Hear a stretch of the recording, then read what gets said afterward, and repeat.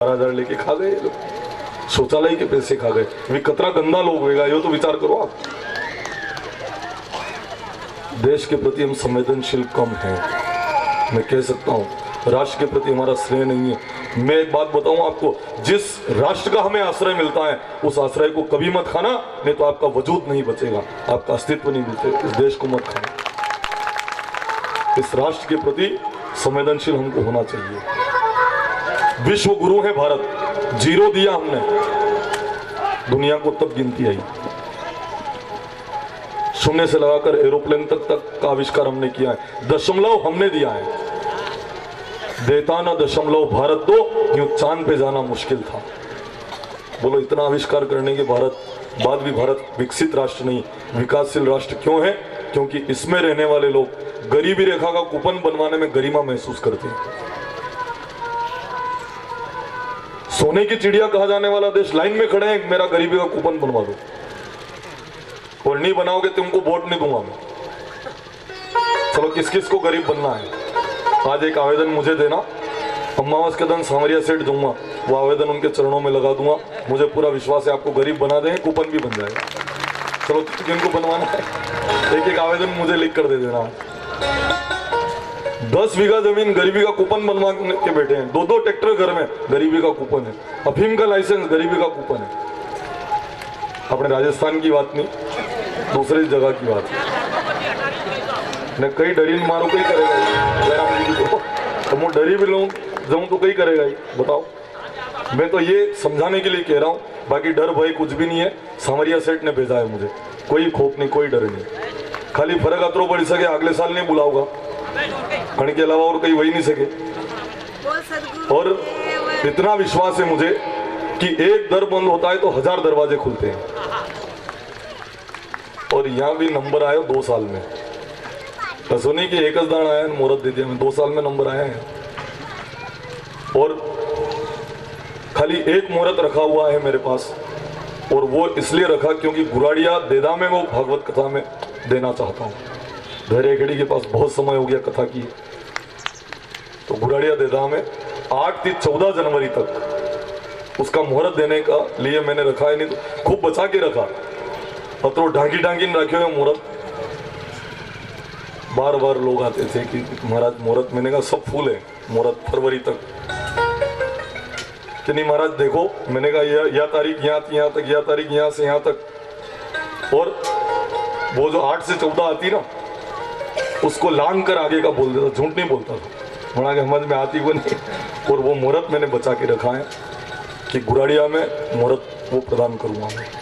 क्योंकि धैर्यखेड़ी के निकट, धैर्यखेड़ी में कथा हुई, उसके बाद गुराड़िया में हुई, फिर अपने त्रिछत्री बालाजी में हुई।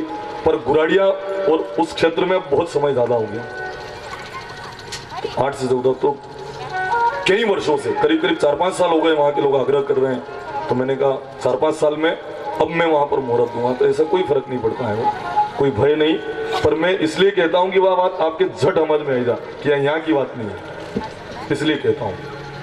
बोले श्री सदगुरुदेव की जय। सुने आप, यहाँ प्रसंग में वर्णन है, राष्ट्र के प्रति हमें संवेदनशील होना है। जब 0 दिया मेरे भारत ने, दुनिया को तब गिनती है।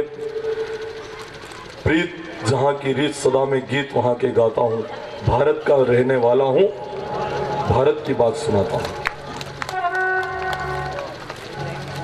भाव से बोलकर हो राष्ट्र के प्रति। 2 राष्ट्रगीत ले रहे हैं, एक पहले ले लिया हमने, एक और ले रहा है, ले रहे हैं। जब 0 दिया मेरे भारत ने,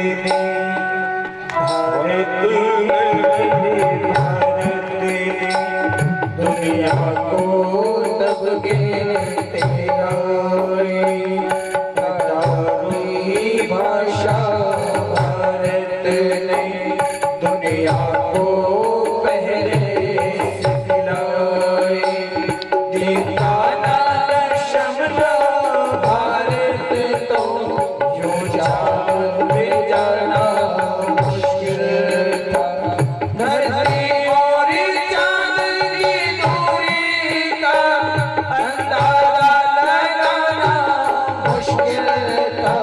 स्वतंत्रता जहाँ पहले जन्म में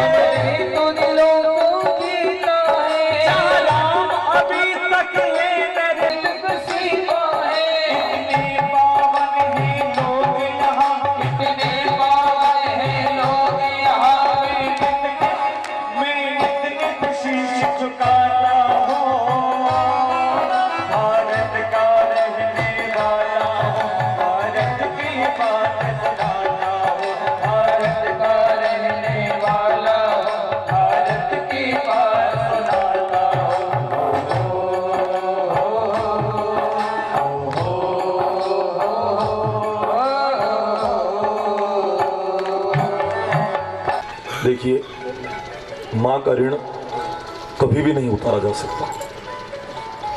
माँ, इस नाम में इतना इतना प्रेम भरा है कि समुद्र की थाप ला सकते हो, पर माँ के प्रेम की थाप असंभव है उसको प्राप्त करना लाना।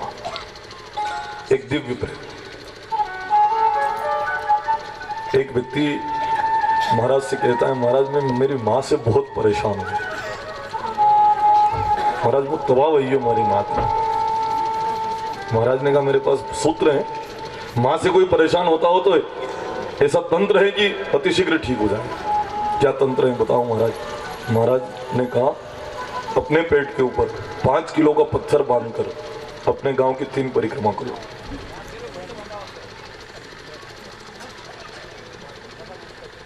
अपने पेट के ऊपर 5 किलो का पत्थर बांधकर गांव की 3 परिक्रमा कर लो।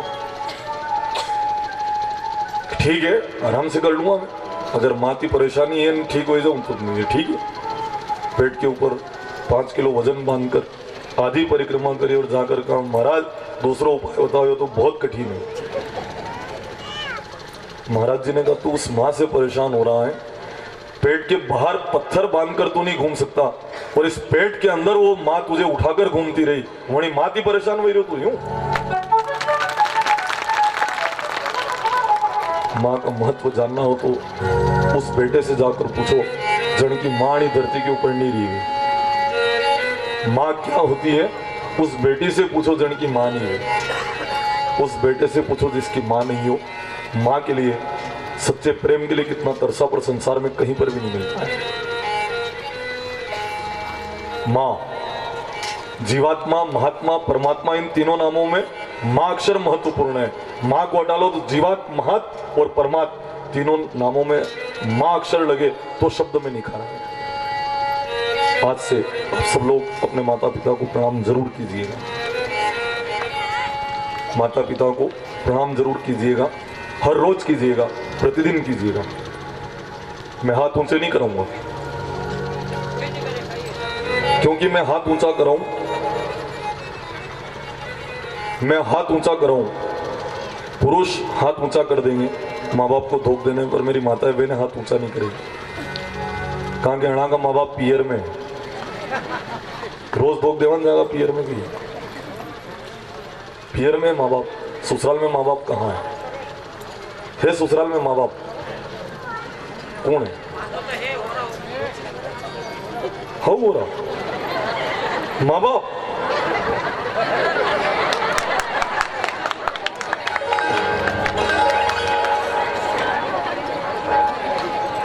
हौरा माँ बाप है यूं, सास ससुर माँ बाप। भाई साहब ये टीवी चल रही पीछे तक दिखाई दे रहा हो, कहाँ के कुछ शब्दों से नहीं कुछ इशारों से बताना पड़ता है।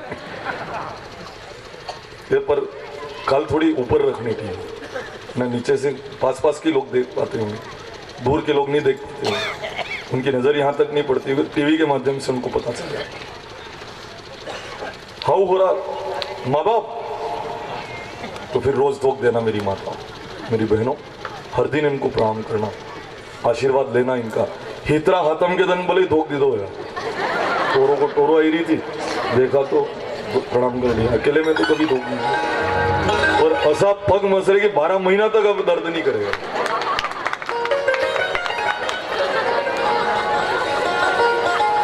निवेदन है मेरा, प्रतिदिन प्रणाम करो।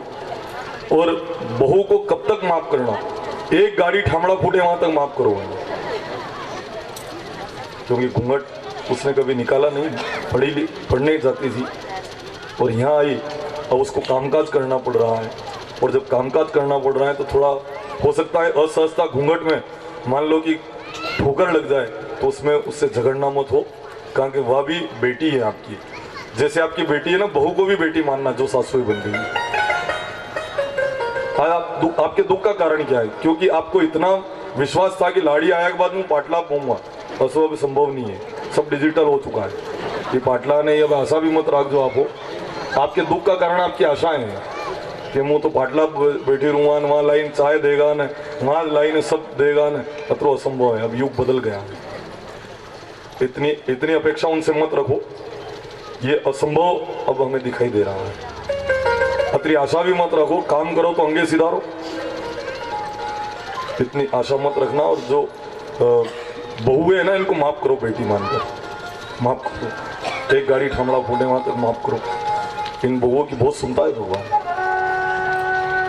कहा कि हाउ तो एक बहुआ चार है, तो पढ़ा की बात होने बार बार जब सासू डांटती थी ना, तो इन सब बहुओं ने प्रार्थना करी, भगवान रोज बर्तन फूटते हैं, कब्बस्सी फूटते हैं, रोज झगड़ा होता है, दया कीजिए ऐसे बर्तन बना दो कि फूटे नहीं। भगवान ने स्टील का निर्माण कर दिया, फूटे। परिवास्ता घना था, ये स्टील के बर्तन बचते थे, गिरते, फिर सास डांटती। सब सामूहिक लाड़ियों ने मिलकर प्रार्थना करी, ऐसे बर्तन बनाओ जो बजे नहीं। फिर डिस्पोजल बना दिया भगवान ने। वागे जयराम जी की बोलो कहाँ बचते, यूज एंड थ्रो, मानना भी नहीं था। मैं निवेदन कर रहा हूँ कि थोड़ा सा इन बहुओं को बेटी के रूप में आप मानो, और जब बेटी के रूप में मानोगे तो घर में शांति स्थापित हो जाएगी। हर एक जो सास बन चुकी है, मैं निवेदन कर रहा हूँ आप सब अपने बेटी की तरह उसको स्नेह प्रदान करो। और जो बहुएं बन गई हैं, आज से प्रतिदिन अपने सास को प्रणाम करना।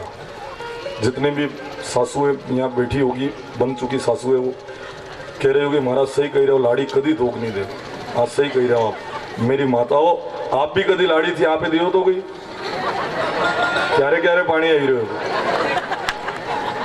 आप भी तो पहला लाड़ी थी, बहू थी, आप दी दो गई, गलती आपकी भी पहला है। इसलिए अब गलती को सुधार कर सब जो बहुएं वो अपनी सास को प्रणाम करें, मां मानकर प्रणाम करें।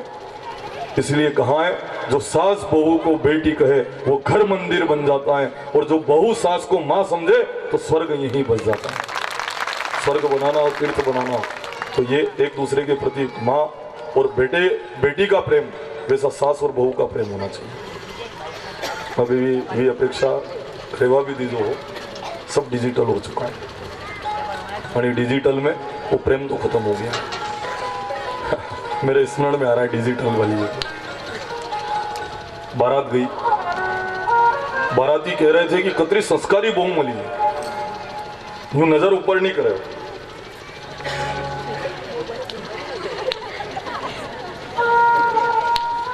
कितनी संस्कारी बहू इस परिवार को मिली। 2 घंटा तक आई तरह बैठी रही, 2 घंटे के बाद अचानक लोगों ने पूछा क्या हुआ इसको, पूछा किसी से क्या हुआ कि इंटरनेट गायब हो गया। नीचे माथो कर व्हाट्सअप जयराम जी को नीचा माथा करके फेसबुक चला रही थी, व्हाट्सएप के ऊपर चैटिंग कर रही थी। सब डिजिटल हो चुका। मेरा निवेदन है, अब है ना, जो सासुएं बन गई हैं वो बहू को बेटी माने, जो बहू है वो सास को माँ मान लेना। यहीं पर इस बात को विराम करके आगे बढ़ते हैं। ठाकुर जी माता जी को जब आवरण दे देते हैं माया का, साधारण सा बेटा माँ मानने लग जाती है। कृष्ण थोड़े और वृद्धि को प्राप्त हुए, और जब थोड़े और बढ़े ना, तो आज अपने ही घर में माखन की मटकी को वे फोड़ देते हैं। क्यों फोड़ा? क्योंकि माता जी चूल्हे के ऊपर दूध रखा, उफनने लगा, और उस दूध को उतारने के लिए जब अरे बापरे करके माता जी गई लाला को नीचे उतार कर, कृष्ण कहते हैं मुझे नीचे उतारा, दूध संभालने गई, माना मैं कितना नुकसान कर देता हूँ, मटकी फोड़ दी माखन की, मेरे सामने से मटकी फोड़ दी। तब यशोदा जी लाला को बांधती है, रस्सी छोटी पड़ गई, एक और रस्सी लाए छोटी पड़ गई, तब राधा जी के हाथ से रस्सी भेजी गई, उस रस्सी में लाला बन जाते हैं। अब मेरे पास वो भी रहस्य का उद्घाटन है कि राधा की रस्सी में कृष्ण क्यों बन गए, पर समय की उपलब्धता न होने से मैं नहीं कह रहा हूं, मैं चोर नहीं बन रहा हूं, भागवत में है नहीं तो कहीं इधर कहूंगा। श्रीधर स्वामी अपनी टीका में उस बात को लिखते हैं, प्रतापगढ़ में सुनाऊंगा मैं आपको। अभी समय की उपलब्धता न होने से राधा और कृष्ण स्त्री पुरुष वाली बात नहीं, राधा और कृष्ण प्रकृति और ब्रह्म का रिश्ता है। और कहां राधा कृष्ण अलग अलग कहते हो, राधा माधव चिंतन में लिखा है एकोहम द्वितीयो नास्ति। जो राधा और कृष्ण को अलग अलग कहता है वो नारकी जीव है, कितना ही पूजा पाठ करे उसको नरक मिलता है। राधा और कृष्ण अलग नहीं है, पर यह वृंदावन की लीला ना जाने गुरु और चेला, या को जाने है ब्रज की नार, जपे जा राधे राधे। ये हर कोई नहीं जान सकता, गुरु चेला भी नहीं जान सकता। यहाँ तक कि जब राधा और कृष्ण इस धरती के ऊपर पधारे, भगवान महादेव तक वहां चले आए थे, ऐसी लीला शिवजी अपनी समाधि को भूल गए थे, ऐसी लीला राधा और कृष्ण भगवान की। राधा जी की रस्सी में ठाकुर जी बन जाते हैं, तब यमलार्जुन वृक्ष, दो आंगन में खड़े वृक्ष, उनको भगवान मुक्ति प्रदान कर देते हैं। उखल जाकर उनमें अड़ता है भगवान, झटका मारते हैं, दोनों वृक्ष नीचे गिरते हैं। कुबेर के पुत्र उन वृक्षों से निकलते हैं, ठाकुर जी को प्रणाम करके पुनः अलकापुरी में वे चले जाते हैं। तब सुनंद नाम के सबसे बड़े गोपने का नए नए उत्पाद ब्रज में आ रहे हैं, कोई नया नगर बसाते हैं।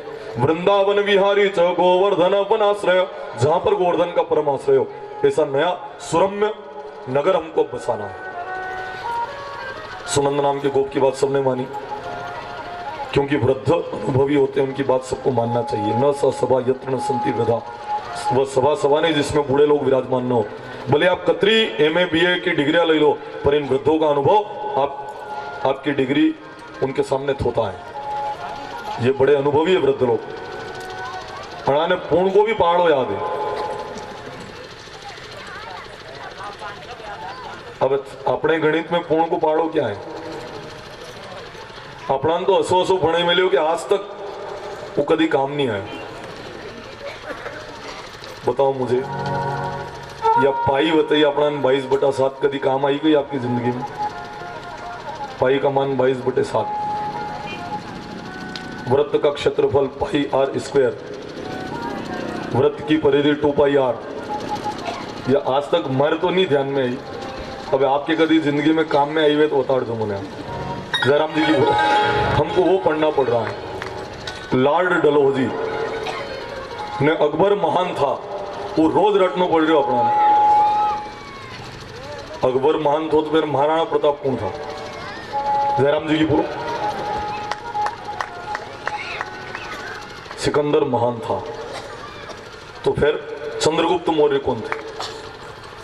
हमको सदैव वो पढ़ाया जाता है।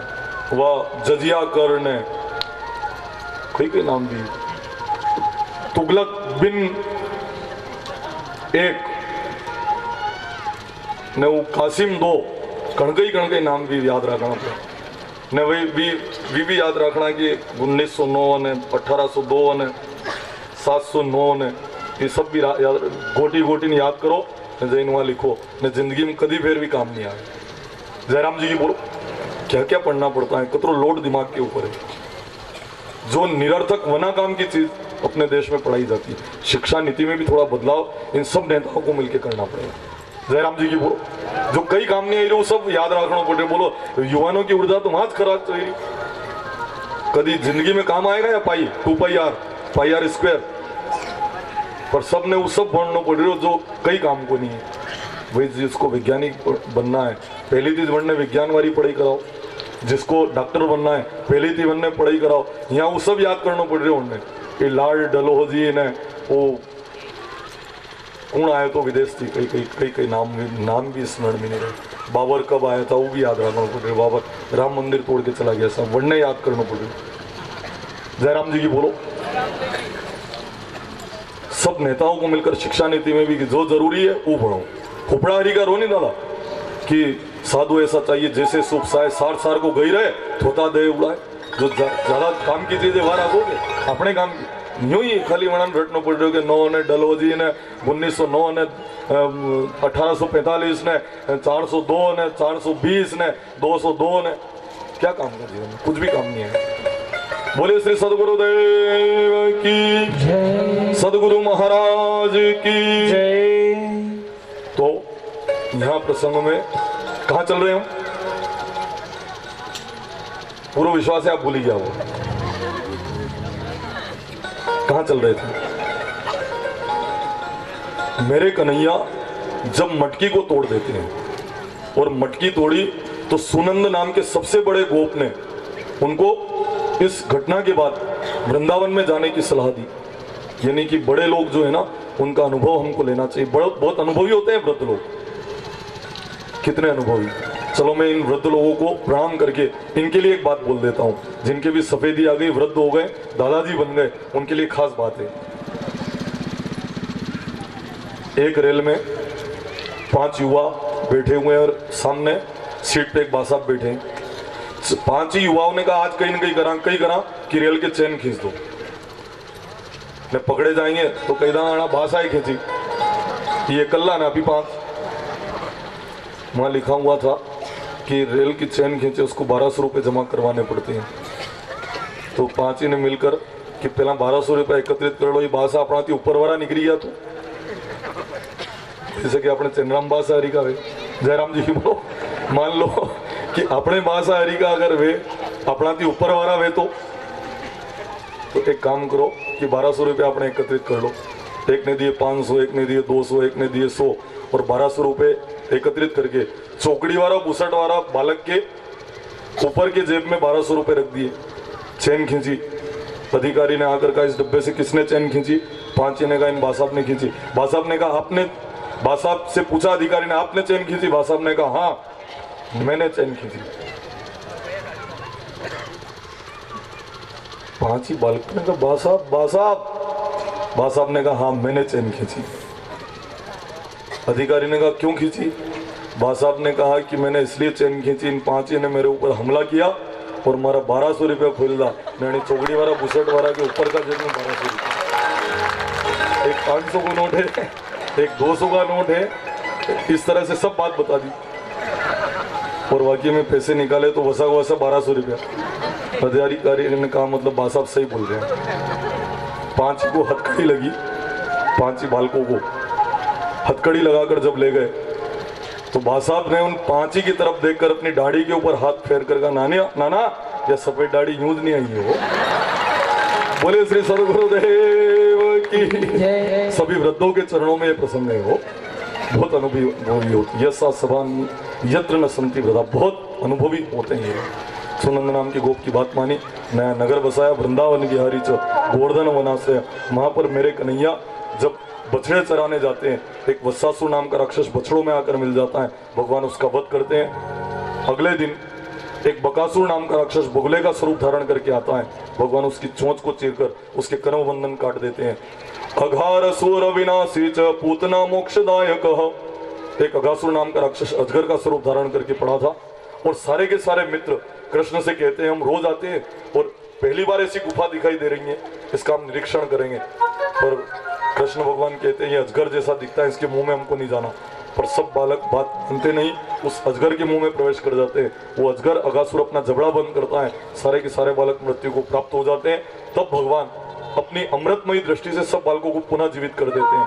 5वें वर्ष में कृष्ण भगवान ने अगासुर को मारा और 6वें वर्ष में बात अपने घर जाकर कही, क्योंकि ब्रह्मा जी ने बछड़ों और बालकों को चुरा लिया था। ब्रह्मा जी को शंका हो गई कृष्ण भगवान नहीं है। क्यों हो गई? क्योंकि एक तो कृष्ण भगवान ने नहाती हुई स्त्रियों के कपड़े चुराए और दूसरी एक और लीला उन्होंने ये कर दी, मधुमंगल के साथ भगवान ने जो प्रेम दर्शाया और उसके शरीर से खट्टी कड़ी को भगवान ने चाट लिया है। ये बात भागवत में नहीं है, गर्ग संहिता में और अन्य ग्रंथों में आती है। कृष्ण भगवान के परम सखा मधुमंगल, उस मधुमंगल के शरीर में जो खट्टी कड़ी लगी थी उसको मेरे सामरिया सेठ ने चाट लिया। ब्रह्मा जी ने कहा एक गरीब मित्र के शरीर की खड़ी वो खट्टी कड़ी को चाट ले, वो भगवान कैसे हो सकता है? इसलिए ब्रह्मा जी ने बछड़े बालक चुरा लिए। बहुत करुणामयी प्रसंग है, पर समय न होने से वो करुणा में भर नहीं पा रहा हूं, नहीं तो आपकी आंखों में आंसू आ जाते, ऐसा प्रसंग है। मधुमंगल के शरीर से खट्टी कड़ी को भगवान ने जब चाटा तो ब्रह्मा जी को शंका हो गई, और जब ब्रह्मा जी को शंका हो गई, बछड़े बालक उन्होंने चिरा लिए उनकी लीला देखने के लिए। भगवान ने अपने रूप से बछड़े बालक बनाए, घर गए, न माँ ने पहचाना न गाय ने पहचाना।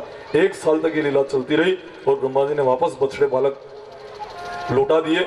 भगवान ने अपने स्वरूप वाले बछड़ों बालकों को पुनः अपने अंदर सन्निहित कर लिया। काली नाग का मद बंधन करके उसको रमणीक पर्वत की तरफ भेजा जाना। और अब कथा गोवर्धन धारण की लीला की कथा है। तैयारी है आगे, सब तैयारी है। इंद्रयाग, खेड़ा देवत इधर भी पूछते होंगे उज्जैनी करे कि नहीं करे?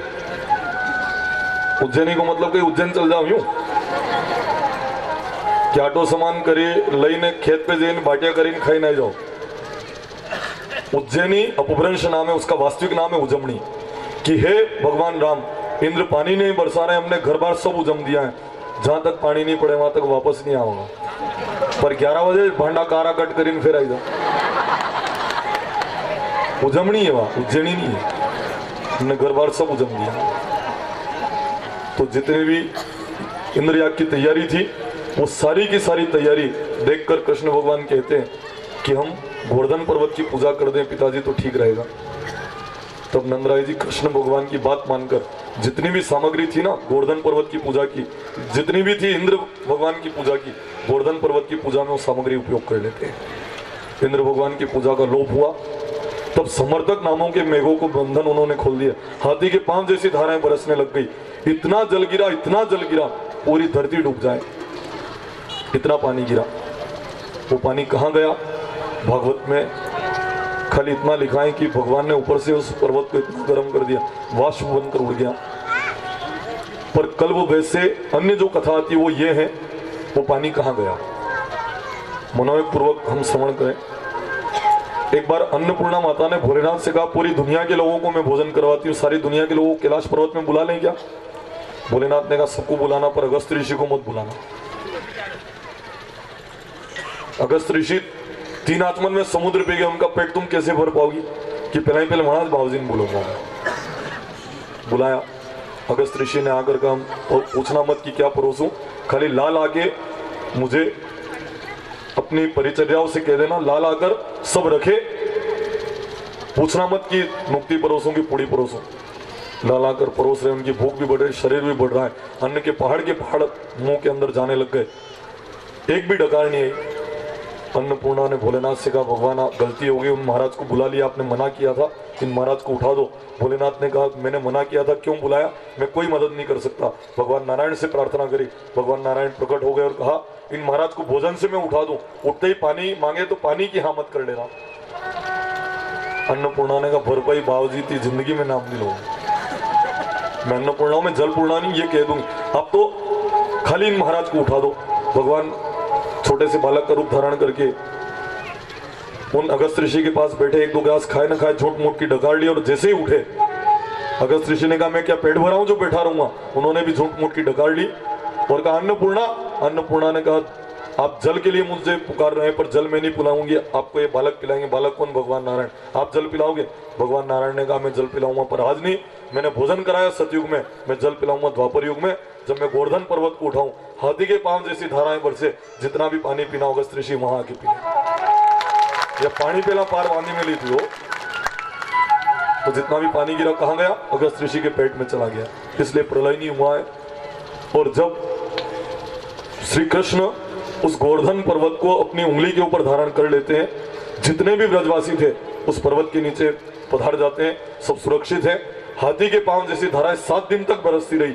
इंद्र ने आकर गाय के दूध से अभिषेक किया, इसलिए उनका नाम गोविंद हो जाता है। बोले गिरिराज धरण भगवान की जय, गोविंद भगवान की जय, गोविंद भगवान की जय। खाली 7 साल की उम्र में मेरे लाला जब इतने बड़े पर्वत को उठा लेते हैं, तब ब्रजवासी 7 दिन तक उस पर्वत को उठाने के कारण 56 प्रकार के नैवेद्य लगाकर कृष्ण का भगवान का लाड़ करते हैं। 7 दिन और 8 पहर, तो 7 8 56, इसलिए 56 भोग लगते हैं, 55 नहीं लगते, 57 नहीं लगते, 56 इसलिए लगते हैं। 7 दिन तक 8 पहर कृष्ण भगवान ने पर्वत उठाया। तो यहाँ पर भी ये 56 नैवेद्य निवेदन किया जा रहा है। इसके लिए आयोजक परिवार के लोगों को मैं यहाँ पर बुलाता हूँ, नैवेद्य में पधारे। साथ ही गोविंद नारायण जी सिया खेड़ी वाले एवं एक भी बासाब,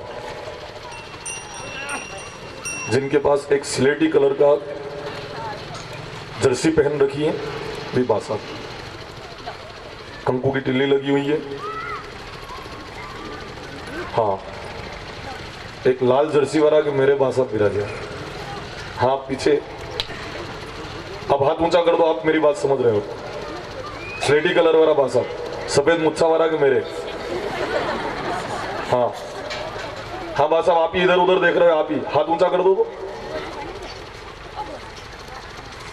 हाँ सफेद मुच्छा वाला कि मेरे ये वाला, हाँ ये आप नैवेद्य लगाने पधार जाओ।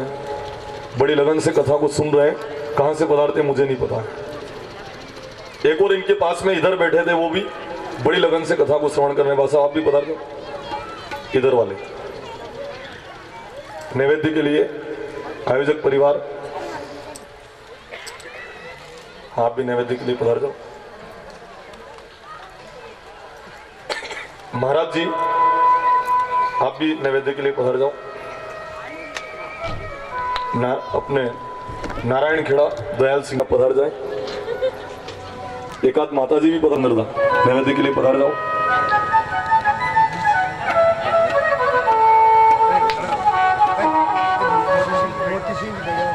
मोती सिंह जी कड़ियावत, नैवेद्य के लिए पधार जाओ। एक माता जी पधार जाओ, कोई बहन, नहीं तो कहते हैं खाली पुरुषों से नैवेद्य लगवाया। कर्मा भी तो स्त्री जाति से थी जिनका भगवान, उसका स्मरण भी हम लोग कर रहे हैं।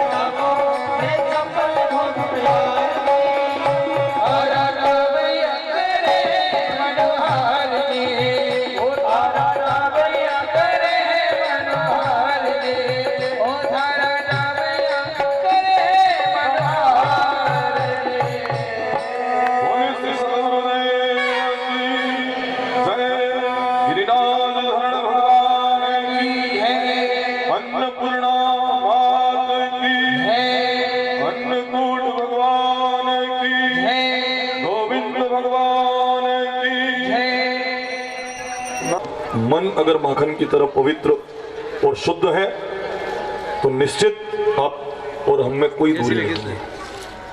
ठाकुर जी उन गोपियों को अपना सामीप्य प्रदान करते हैं। और आगे जो कथा है उस कथा में अब जो अत्यंत निकटता प्रदान कर रहे हैं, माखन वाली लीला में तो अत्यंत निकटता जब नहीं हो पाई, तो अब जो लीला है उसमें इतनी निकटता है, रास। उस रास के हेतु भगवान शरद ऋतु से परिपूर्ण चांदनी रातों में योग माया के योग से जब मुरली की तान छेड़ते हैं, गोपियां जिस अवस्था में थी उस अवस्था को छोड़कर चली आती है। कोई गोपी नहा रही थी, उल्टे पुल्टे वस्त्र धारण करके आ गई। लहंगो धर्यो शीश पे न दई चुनरी पाँव, पतिय न रोके नहीं रुकी छोड़ चली घर गाँव। जो जिस अवस्था में थी ना, कोई गोपी अगर आभूषण धारण कर रही थी तो कंदोरो गराम ना की नहीं, तो यहाँ बनते ना कंदोरो, वो गले में डालकर आ गई। यानी कि गोपियां जिस अवस्था में थी उस अवस्था को छोड़ के चली आई। तब भगवान उन गोपियों से कहते हैं, आपका रात के समय में यहाँ पर आना उचित नहीं है। गोपियों ने कहा, भगवान हम सब कुछ छोड़ छाड़ के चली आई हैं। सब कुछ छोड़ छाड़ के जब चली आई, वो पति की बात मानती थी, पति के दर्शन करके भोजन करती थी। पति के दर्शन हो उसके बाद भोजन करें।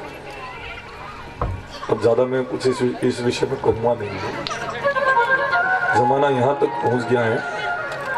अब तो है ना, एक छत के नीचे रहते हैं, बोले तक को नहीं बोलो, संवाद भी स्थापित नहीं हो पाता। आदमी होते कि मुंह कहीं तो बोल दूं, मुंह कमाऊं तो मुंह।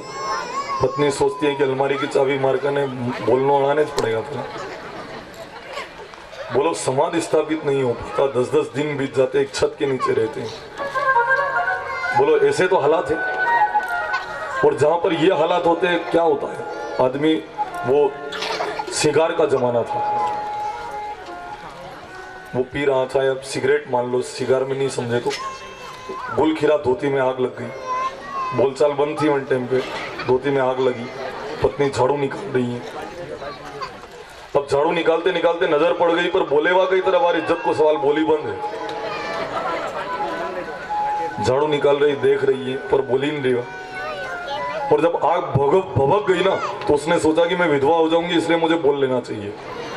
तो उसने बोलकर क्या कहा कि कण के भी धोती में आग लगी रही है तो बुझे दो।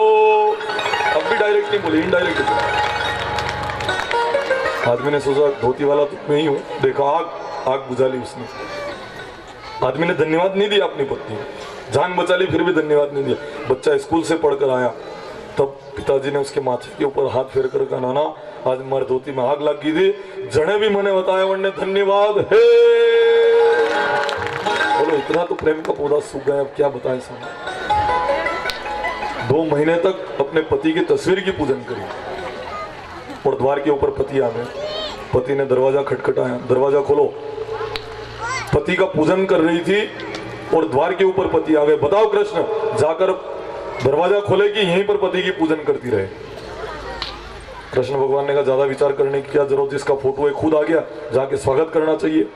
गोपियों ने कहा, यही उत्तर हम आपसे चाहती थी, जगत में जितना भी पति है सब फोटो है, ओरिजिनल पति का पति आप हो, इसलिए हम भी सब कुछ छोड़ छाड़ के चलिए। तब 2 गोपियां और बीच में कन्हैया, रास प्रारंभ होता है। कैसा था वो रास? ब्रह्मपुरी में ब्रह्मा नाचे, शिव नाचे कैलाश में, आज तो कन्हैया नाचे राधा जी के साथ में। आज भोलेनाथ पुनः गोपेश्वर बनकर यहाँ पधारे थे। जब शिवजी समाधि को भूल गए, तो क्यों वे गोपियां अपने आप को नहीं भूलेंगी?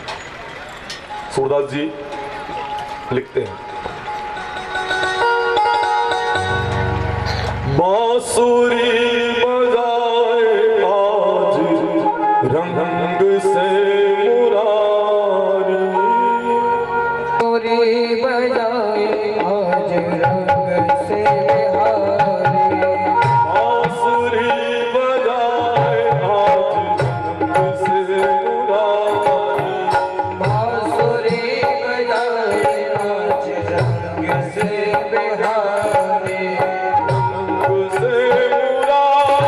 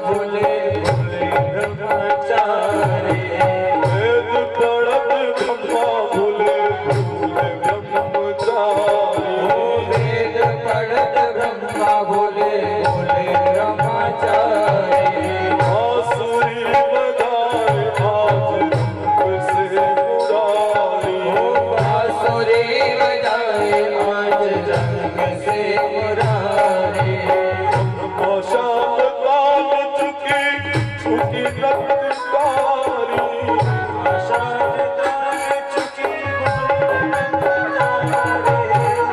मशाल काट चुकी भूल नटकारी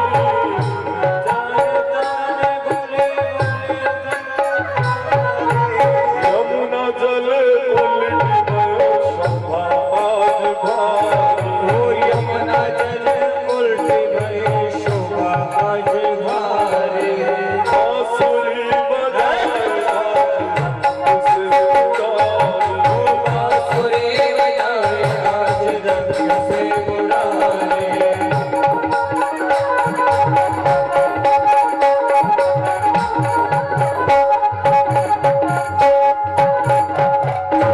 बोले श्री सदगुरुदेव की जय सदगुरु महाराज की जय। दो गोपियां बीच में कन्हैया रास प्रारंभ होता है। ब्रह्मपुरी में ब्रह्मा नाचे, शिव नाचे, कैलाश में आज तो कन्हैया नाचे राधा जी के साथ में। और जब राधा और कृष्ण नाचे मैं गाऊंगा तो नाचने के लिए मैंने मना कर रखा है, इसलिए चुपचाप बैठकर आराम से कथा को श्रवण करो। मैंने कथा के बीच के नृत्य को संपूर्णतया पाबंदी लगा रखी। एक 10 सेकंड के लिए मैं मौन ले रहा हूं, खाली 10 सेकंड के लिए। कोई आवाज आपको सुनाई दी 10 सेकंड में? अगर मैं नृत्य वाली कथा बीच में लेता तो अतिरिक्त शांति कथा में नहीं रहती। इन्हीं लोगों को आप बारात में ले जाओ ना, शांति की अपेक्षा रख लो। मामेरा में ले जाओ, शांति की अपेक्षा रख लो। हजारों की संख्या में लोग बैठे, उसके बाद भी आलपिन गिरे उसकी आवाज आप सुन सकते हो, क्योंकि हम अनुशासन जगाने की कथा बोलते हैं, अनुशासन तोड़ने की नहीं। कोई कहता है कि महाराज एकाध दिन तो नाचवा दिया करो, बिल्कुल नहीं। एक बार अगर शुरुआत होगी ना तो उसके बाद फिर तो कहीं महाराज रोके लेना ने। मैंने तो पूर्ण पाबंदी, मैंने कहा नहीं, चुपचाप बैठो, कथा सुनो। और कथा सुनने आओ ना तो सुनो। कथा का कोई भी विषय शरीर के लिए नहीं, आत्मा के लिए। अणिवाते आत्मा नचे दो मैती, अणी शरीर ने मत नचाड़ो। हर आदमी कथा सुनने नहीं आता है, इसलिए चुपचाप बैठकर कथा सुनो। और किसी भी तरह की कोई विकृति और बाहरी कुछ नहीं, केवल अंतरंग में हमें जाना है कथा सुनकर, इसलिए मैं रोक कर रखता हूँ। ने फिर भी अगर जरूरी वे तो वे तो यूं समझ लो कि कहीं जाने हो महाराज छापा वारो चलवा दो। अपने आने वाले 10 सालों के बाद अपने बच्चों को सुधरने कहाँ भेजोगे? क्योंकि कथाकाली नाचने की जगह रह जाएगी 10, 12, 15 साल बाद। बहुत कुछ बिगड़ चुका है, जो शेष बचा इसको बचा लेना। इसलिए मैंने रोका है। कोई नहीं तो मार अंडे जो कलाकार आएगी कम बजाता जाने की। ये तो ब्रेक लगा रखे मैंने, नहीं तो देखो ने छोड़ी ना। जयराम जी की बोलो, ये मेरी तरफ से ब्रेक ही, नहीं तो आशीष जी कोई तोड़ नहीं। अपने केशव भैया ने शिव जी, अनिल बाबू जी कोई तोड़ नहीं। मनीष तिवारी की आवाज आप निकाल बोलो। हमारे आशीष जी, मैं तो कह रहा हूं कि छोड़िया नहीं कि वहां पहुंची जाए। ब्रेक और पावर ब्रेक लगा रखे हैं बिल्कुल, नहीं तो क्या बात करते हो आप। गाना ने देखा, एक काम करो, कश्मीरी बजा दो तो।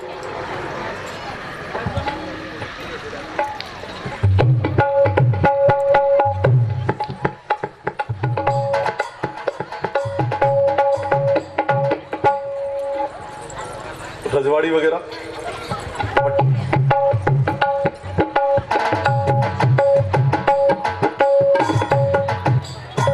ये भी कलाकार है सब। पर मैंने ये सोचा है कि कथा मनोरंजन के लिए ना हो, कथा आत्मरंजन के लिए हो, इसलिए मैंने कथा को बोलना प्रारंभ किया है। इसलिए मैंने कथा के बीच के नृत्य को रोका है। अगर यूं समझ में आते हुए कि आपके जरूरी वेतो हुए और जो नचाते हैं, मेरा उन कथाकारों से बिल्कुल भी विरोध नहीं है। हमारे याद जची तक ही है, अणी बातें मैं कही रहा हूँ। जो नचाई रहा है नचा होगा।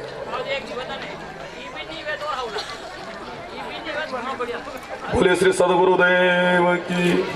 बाजी साहब फरमा रहे हैं, इसके ऊपर मैं चलाऊं। पहले है ना मेरे तबला पेटी भी साथ में नहीं होते थे, खाली बावजी एकला ज कथा बोलता था। पर उस समय खाली है नहीं सापा सापा वाला ये लोग नजर आता, जवान नहीं दिखते थे। तो मैंने कहा अणान कदी हजारा में फिर अणी बातें ही शुरू करना पड़ी। तो इस कारण मैंने ये शुरू किया, नहीं तो ये नहीं था पहला। और ये जब बजते थे ना तो मैं डांट देता था और गा तो भी मुझ खाली एक कड़ा हो गा तो भजन को और कथा बोलता था। पर अब धीरे धीरे समय के अनुसार जब इनको स्वीकार करना पड़ा, पर फिर भी नृत्य स्वीकार नहीं करूंगा। बोले श्री सदगुरुदेव की। बाजी साहब खूब हाथ ना रखेगा जैसे विश्वास है। आ जाओ कथा में। हम यहाँ कथा में चल रहे हैं। जब रास हुआ, रास में भगवान ने उन दो दो गोपियां बीच में कन्हैया, रास प्रारंभ होता है और उस रास में भगवान शिव जी भी पधारते हैं गोपेश्वर बनकर। और जब गोपियों को अहंकार हो गया कि त्रिलोकी का नाथ एकांत में हमारे साथ नृत्य कर रहा है, तो भगवान अपने आप को अदृश्य कर लेते हैं। और जब भगवान अदृश्य कर लेते हैं तब गोपियां ठाकुर जी को बुलाती हैं, खूब बुलाती हैं। भगवान नहीं पधारे। जब खूब बुलाने पर नहीं आए, यमुना जी से गा नहीं ला पाई, गंगा जी से गा नहीं ला पाई, तुलसी माता से गा नहीं ला पाई, तब गोपी गीत गोपियों ने जो गाया उससे मेरे कृष्ण को प्रकट होना पड़ा। और वो गोपी गीत भागवत के 10वें स्कंद के 31 अध्याय में 19 श्लोक है। जो भी इनका पाठ करता है वो कृष्ण के दर्शन के योग्य बन जाता है। इसलिए वो गोपी गीत की प्रति यहाँ से उपलब्ध करवा रहा हूं। 5 लोगों को गोपी गीत की प्रति हम देंगे। वीज भाषा स्लेटी कलर वाला जैकेट वाला जर्सी वाला गोपी गीत यहाँ से ले जाओ। कृष्ण के दर्शन के योग्य वे लोग हो जाते हैं जो इसका पाठ करते हैं, गोपी भाव उनमें आ जाता है। एक अपने आमेटा जी जो कथा में पधारे थे, एक प्रति आप ले लें।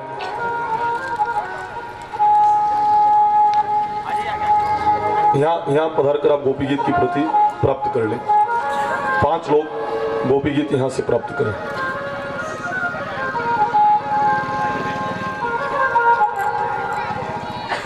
एक सफेद साफा वाला भाई साहब, एक दिन लांगा नहीं किया आपने। एक प्रति आप ले पधारो यहाँ से। सफेद साफा वाला हाँ पर चश्मा गोपी गीत की प्रति आप यहाँ से एक प्राप्त कर ले।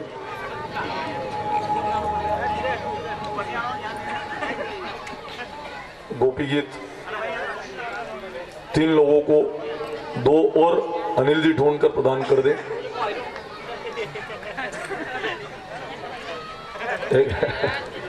एक गोपी आपको उपलब्ध करवा दे और 1-2 गोपी गीत माताओं बहनों में प्रदान करो। गोपी गीत 2-3 श्लोक हम यहाँ पर गा रहे हैं। सब बहनें माथे के ऊपर ढक लो और गोपी बन जाओ।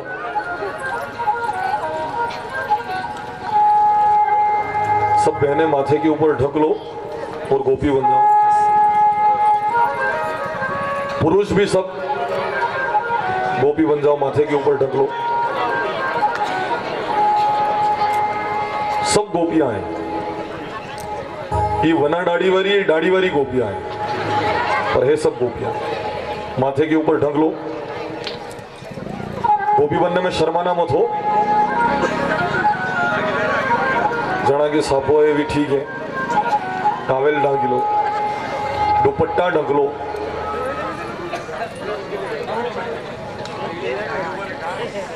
और दुपट्टो भी नहीं वे तो रुमाल नहीं वे तो माथा के ऊपर हाथ रखी लो आप।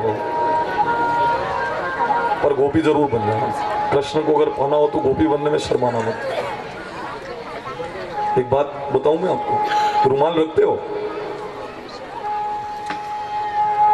कि नहीं? फिर कृपा की तरह है। गोलगप्पे कब खाए थे कि बाबा नहीं खाए, तो फिर कृपा की तरह है। वैष्णो देवी कब गए थे कि बाबा पिछले साल क्या चढ़ाया कि वहां तो माला चढ़ाई, तो फिर भगवान कैसे मिलेंगे? फूल चढ़ाना था कि फूल चढ़े बाद के मारा चढ़ानी थी कि पॉकेट रखते हो कि हाँ बाबा नहीं रखता हूं, फिर कृपा की तरह है। अब आप समझ ही गए होंगे, ज्यादा कहने की आवश्यकता नहीं मुझे। लोग भी वहां माइक के ऊपर कर करके रो रहे हैं। सब पूर्ण प्रबंधन होता है। मैं किसी का भी विरोध नहीं कर रहा हूं, केवल ये कह रहा हूं कि अगर गोलगप्पे खाने से कृपा आती है तो फिर माला फेरवाती कहीं नहीं होगी, मंदिर जाने से कुछ नहीं होता है क्या? पानी पतासा दी कृपा आएगा, यूं विचार पड़ता है। चलो माथे के ऊपर ढक लो। अथ त्रिंशोऽध्याय गोपिका गीत गोप्यो चुह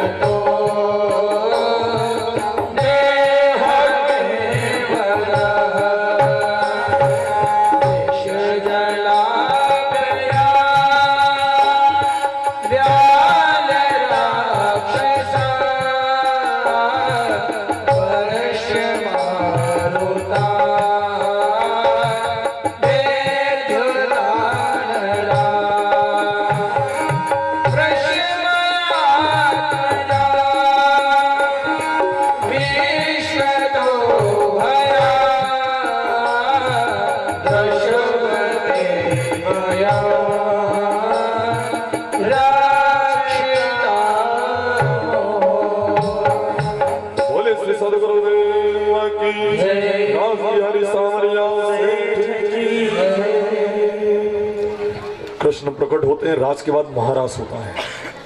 महारास में भगवान ने उन गोपियों को अधरामृत का पान करवाया, मतलब जो इस धरती के ऊपर नहीं, वो आनंद मेरे सांवरिया सेठ ने गोपियों को दिया। गोपियां जब अपने घरों की तरफ जाती हैं, शंखचूड़ नाम के राक्षस ने उनका हरण किया। भगवान कृष्ण को जब गोपियों ने पुकारा, कृष्ण प्रकट होकर शंखचूड़ वधोधामी गोपी रक्षण तत्पर शंखचूड़ नाम के दानों का वध करके गोपियों को सुरक्षित अपने अपने घरों की तरफ भेज देते हैं। तब उस कंस ने मन में विचार किया क्यों ना देवकी का 8वां पुत्र कन्हैया ही हो। बचपन में खूब चोरियां करी, चोरियां करने के उपरांत बेकसूर रहा, और फिर वर्षा ऋतु आदि ये सब कई राक्षसों को मैंने भेजा, सबको मारा, तो कहीं देवकी का 8वां पुत्र कन्हैया ही तो नहीं, केशी और व्योमासुर को भेजा। भगवान ने केशी और व्योमासुर का वध कर दिया। तब कंस ने सोचा मैं कृष्ण को मथुरापुरी में बुलाकर या तो कोलियापीड़ नाम के हाथी से कुचलवा दूं, पर कृष्ण आएगा किसके साथ? अक्रूर के साथ। जिसका स्वभाव क्रूर न हो, कृष्ण उनके साथ आता है। अक्रूर जिसका स्वभाव हो। अक्रूर जी महाराज से कहा आपको कृष्ण भगवान को लेने के लिए पधारना है। अक्रूर जी महाराज मन में सोचते हैं कि मैं मना कर दूं, कंस मुझे मार देगा, और कृष्ण भगवान को मरवाने के लिए मुझे भेज रहा है, मैं लेकर आऊंगा, ये उनको मारना चाहता है। पर चलो ये ठीक है, कृष्ण को कोई मार नहीं सकता, कम से कम कंस वध की कथा में मेरा नाम तो आएगा। इसलिए अक्रूर जी महाराज कृष्ण और बलराम को लिवा ले जाने के लिए रथ तैयार करके उसमें बैठकर वे जब वृंदावन की तरफ पधारते हैं और ब्रज की रज माथे के ऊपर लगाते हैं, यमुना जी से आचमन लेते हैं। व्रज की रज माथे के ऊपर लगाने में उनको शर्म नहीं आई। राज इन लोगों को माथे के ऊपर कंकुर चंदन का तिलक लगाने में शर्म आती है। तिलक का महत्व जानना चाहते हो? मेरी बहनों से चलकर पूछो। जन के माथा पे टिल्ली है वे सौभाग्यवतियां है, और जन के माथा पे टिल्ली नहीं है वे विधवा है। बड़े मामला हमारी सब बहना कंप्लीट है। ये कतरा विधवा बेटा ही पीछे तक देखो। माथे के ऊपर कंकु और चंदन का तिलक होना चाहिए। सौभाग्यवती, इस आत्मा को परमात्मा की सुहागन बनाओ। माथा के ऊपर तिलक होना चाहिए। हम कहते तिलक लगाओ के बामण वना टिल्ली के जा तो अपशुकन वे। मैंने कहा हिंदू संस्कृति का कोई भी व्यक्ति बिना तिलक के देखे अपशुकन होते हैं। जन को कर्म उन्नो वण को किस्मत भी उन्नो। एक व्यक्ति कह रहा था महाराज कई वे टिल्ली लगाड़वाती धर्म तो मन में मेणो चाहे। मैंने कहा भैया बारदान कंपनी का बनाओ, माल भी कंपनी का भरा जाएगा। पहले बारदान कंपनी का बनाओ ना। PUWD वाले जो होते हैं ना, वो रोड के ऊपर जो वृक्ष होते हैं रोड के पास में उनके ऊपर चिन्ह लगा देते हैं। फिर खेत का मेड़ का मालिक उस वृक्ष को काट नहीं सकता। बोलो रेड ऑक्साइड और सफेद सफेद पौधे वो सरकार का वृक्ष हो जाता है। जिसके माथे के ऊपर कंकु और चंदन तिलक लग जाए वो मेरा सामरिया सेट सरकार का हो जाता है। और जन के माथा के ऊपर टिल्ली नहीं, वो प्राइवेट कंपनी है। चलो सरकार का बनना हो तो आज के बाद माथे के ऊपर कंकु और चंदन जरूर लगाना। नी बन पड़े सिंदूर लगाना, नी बन पड़े तो कम से कम भभूत भी माथे के ऊपर लगा लेना, पर वना तिलक के कभी मत रहना। तिलक संस्कृति की पहचान है। हमें हरमाओ जो मत, और कोई लगाड़ तो वन्ने चिड़ाओ जो मत। आज कोई छोटी रखे गाठन लगे ले तो कहिए कि भावजी हुई है।